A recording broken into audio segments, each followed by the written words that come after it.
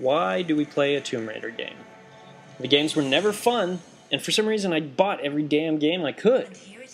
If the games were so bad, why did we put up with it? And I think we all know the answer to this question. Boobs. Lara Croft is close to, if not one of the hottest gaming girls out there. Every one of us geeks has had a fantasy about her, so don't lie.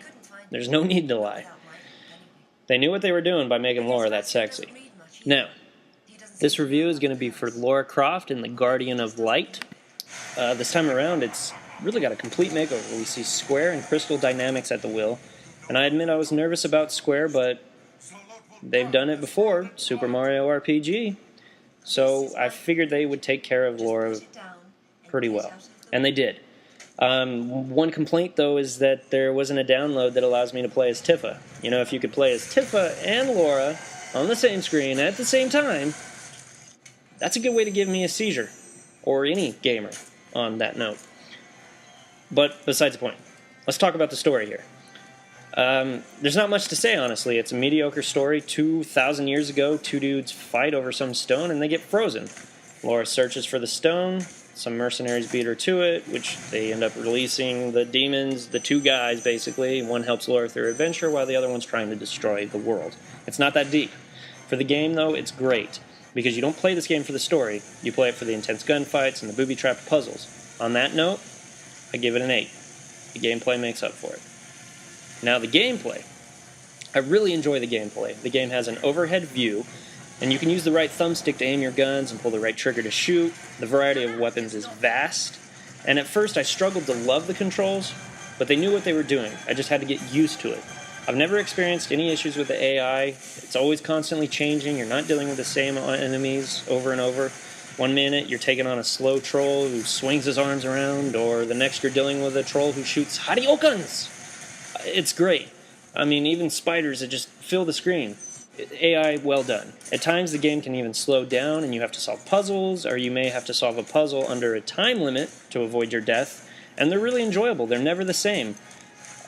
You can also search the game to unlock new weapons, new elements, and it works like an RPG would. So, for instance, you might find a small talisman, which can be found and then equipped to increase speed or attacks while maybe losing your defense. That's as close as it gets to an RPG, and it does it well. I should also add that this game does support co-op, and it will soon allow co-op online. It's loads of fun, and even outside of your main missions, there is much to explore and find. Gameplay, I give a 10. Now, presentation. For a DLC, I'm pretty impressed with the presentation. The game looks great. The plants and the surroundings react to the environment. It really plays well. I mean, all seems to be to scale. The backgrounds or the backdrops are gorgeous. I, at times of exploring, have walked over ledges assuming the backdrop was something I could walk on. Beautiful game, though. Audio is done well. A lot of the soundtrack is just re-looped old songs from old Tomb Raider games, but it fits well. The sounds of guns and explosions are amazing. I admit I've dropped bombs by a car just to hear the explosion. My one complaint, which could fall under this department, is aiming your guns. It's not that it's hard, it's just that at times it's hard to tell where Lara is pointing since she is so far away and it's an overhead view. In some puzzles, you may need to shoot your gun in a precise location, and there's no way to tell if you're pointing in the right way. It's a minor complaint, but what's wrong with laser pointers? Leon Kennedy is a badass and he gets one. It would have been nice for precision shots, I'm just saying. Presentation, 9.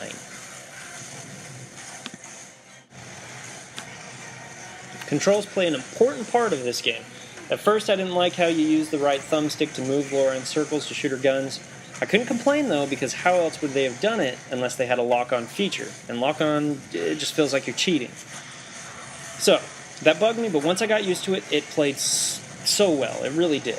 The controls are tight, and you're not constantly struggling to swing Lara around to shoot an enemy that's coming up on your back or on your side. It's very smooth. Everything is pretty basic and simple. One thing, this wouldn't be much of an issue with how the controls actually handled, but Lara can somersault, and when she does this, she moves a lot faster than when she walks. Much like Link did in Ocarina of Time. I do this a lot to get through levels faster, and with all the buttons that went unused on the controller, I wonder, why didn't they give her a fast sprint button?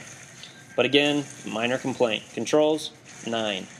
The last two things I'm going to group together, replay value and length. For a DLC game that runs at $15, you can't complain. If you run through the game in a hurry, you could beat it in anywhere to 5 to 7 hours. But if you take the time and search every cavern and search for relics, or try to get higher points in the game, you can really extend the play almost to an extra 3 hours. 10 hours of play for $15 is well worth it. You're lucky in these days to find a shooter that plays more than 5 hours. The replay value, I'd say it's high. I mean, you can go back at any time and replay any level and try to beat your score. And the score is based on enemies killed and relics you may find and small challenges that every level contains, which may consist of something as silly as blowing up cars. This takes time to search these things out and really pushes you harder to score higher. The game has leaderboards, which make it even a bit more fun on the competitive end.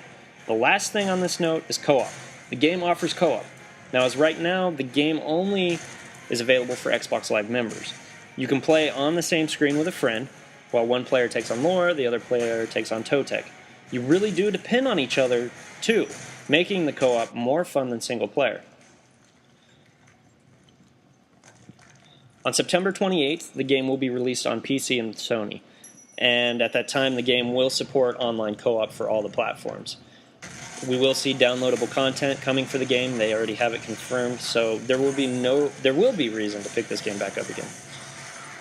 Not having the online available and not experiencing much of the co-op yet, my grade is based on the single player play, so I'm going to give it a 9. Overall, this is a great game. I'd like to see more in the Lara Croft series like this. Overall, the game gets a 9. My biggest complaint is, why isn't it on my Dreamcast? I never get to play that thing anymore. Normally, I tell you on a scale of buy, eBay, rent, steal from a friend, or forget what I think about.